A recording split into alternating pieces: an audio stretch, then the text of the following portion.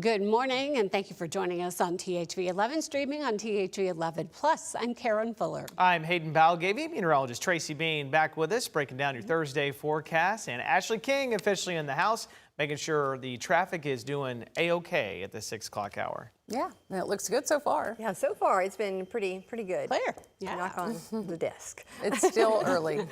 It is still early. I always give you the easy assignment. It's at 6 a.m. and then like 7:30, 8 o'clock hits, and I'm going, it's your time to shine. That's Yep. right. There we go. Yeah, it gets very busy. Well, in Central Arkansas, we're not seeing any of those rain showers, but off to the west we are. So folks maybe in Hot Springs, maybe having a little bit more of a time getting things going if they're heading into the metro. But once you get here, it's not raining, so that's good news there. So temperatures across the state, though, are right around the 70s. We're seeing a few those lower temperatures just because of the rain showers that we are seeing across the state. Highs today will be pushing 90 in a lot of areas, especially in southern Arkansas.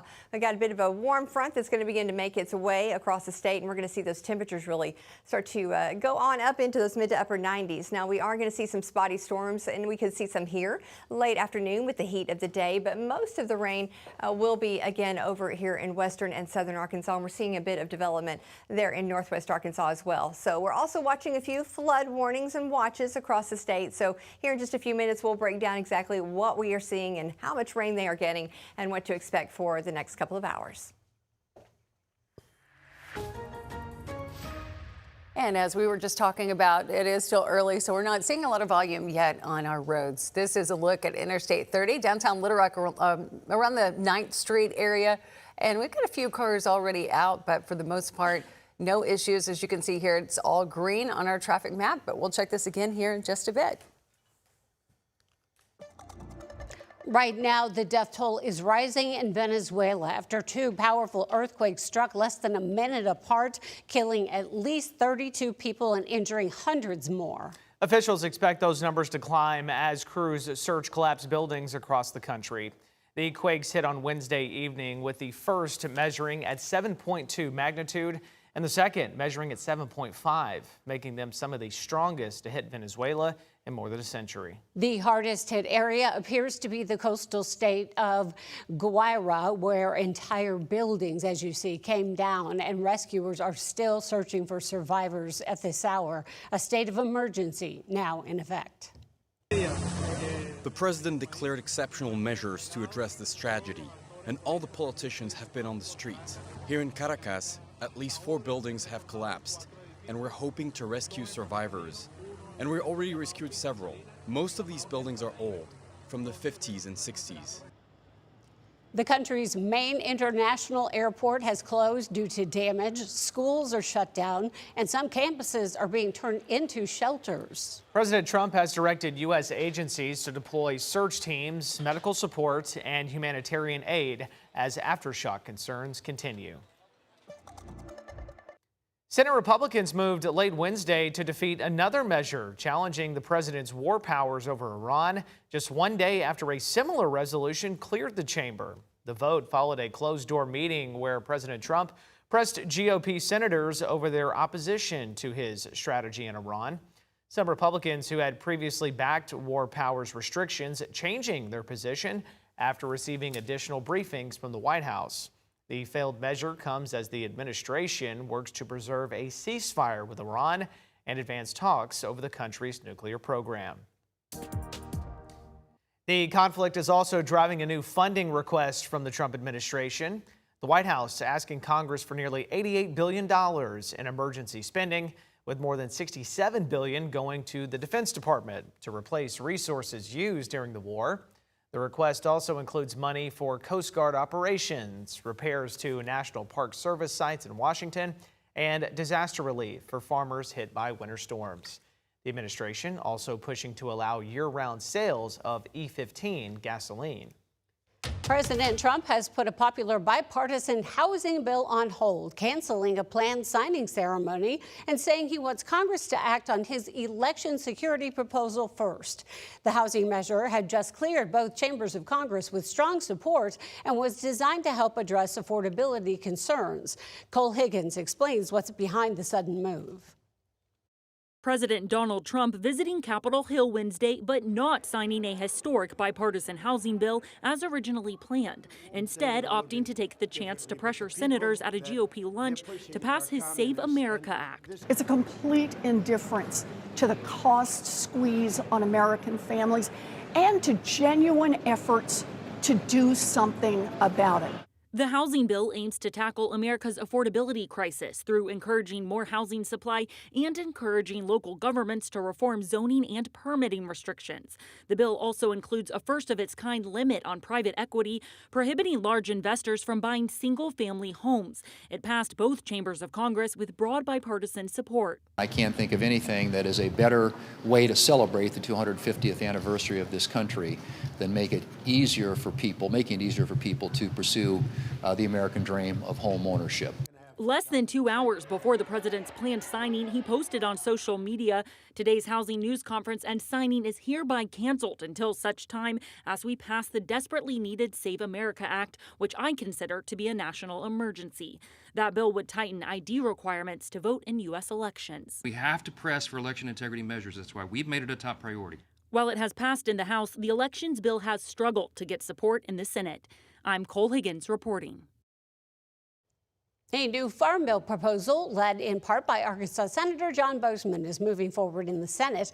The 2026 plan would expand disaster assistance, strengthen crop insurance, increase farm loan limits, and invest in rural communities as farmers continue to face high costs and economic pressures. The last full farm bill expired in 2023. Since then, Congress has relied on short-term extensions ever since.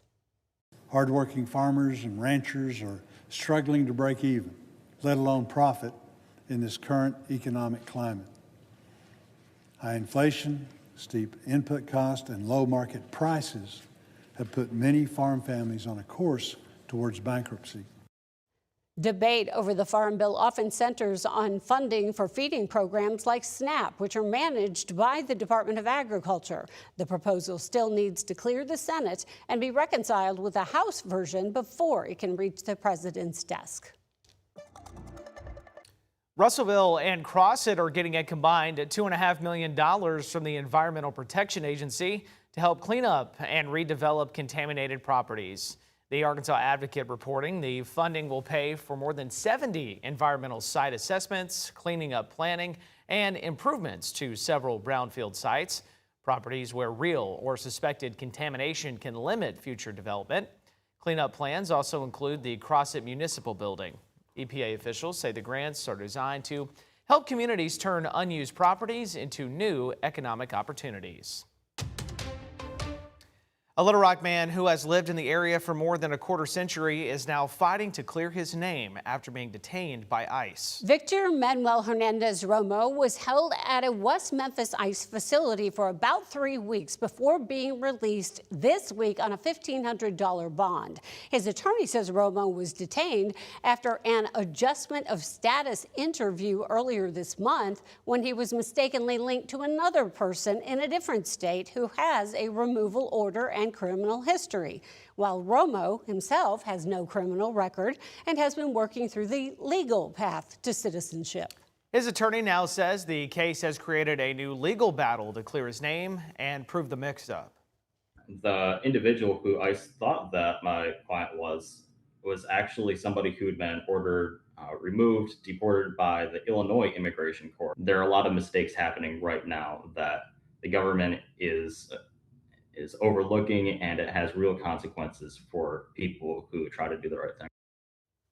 His next court date has not been set, and his family says this experience has been emotionally difficult as they continue working through a lengthy immigration process. The University of Arkansas moving forward with a major change at Razorback Stadium, approving a new naming rights deal that will take effect July 1st, 2027. Starting with the 2027-28 football season, the venue will be known as Community America Razorback Stadium after a unanimous vote by the Board of Trustees. The agreement comes after negotiations with a Kansas-based credit union and officially replaces the current name of Donald W. Reynolds Razorback Stadium. In the same meeting, trustees also approved a part of the money from that contract will also go towards NIL to help bring and keep top players in Fayetteville. If you'll be heading out for summer travel, state officials are reminding Arkansans to double check their IDs before you leave for the airport. About 1.3 million people in the state already have a real ID, but now it is required to board domestic flights unless you carry a valid U.S. passport or military ID. Right now, about 1.5 million people across Arkansas don't yet have their real ID. You can get one at any revenue office or schedule an appointment through the state's DMV website. Let's talk weather now with meteorologist Tracy Bean and the forecast to help you plan your Thursday. Well, it's pretty quiet here in central Arkansas. We are seeing some rain showers and some heavy rain down south along Interstate 30 here, and we're also watching some development moving into northwest Arkansas. So as far as what is going on here, again, very quiet, but we do have just to our west a few little light thunderstorms beginning to move in. So we could see a few of those raindrops as we're making our way into the next couple of hours, but we are watching again these flash flood warnings that are down to our south. Those are going to be around till 7:30, 8 o'clock this morning, and again seeing some heavy rain move through. We've also got this flood watch for this area as well. Yesterday we saw lots and lots of rain, so the ground is completely saturated in those areas. So again, just keep your eye again on the roads and make sure you don't drive through any standing water, and we'll make sure we keep an eye on it as well to let you know what's next.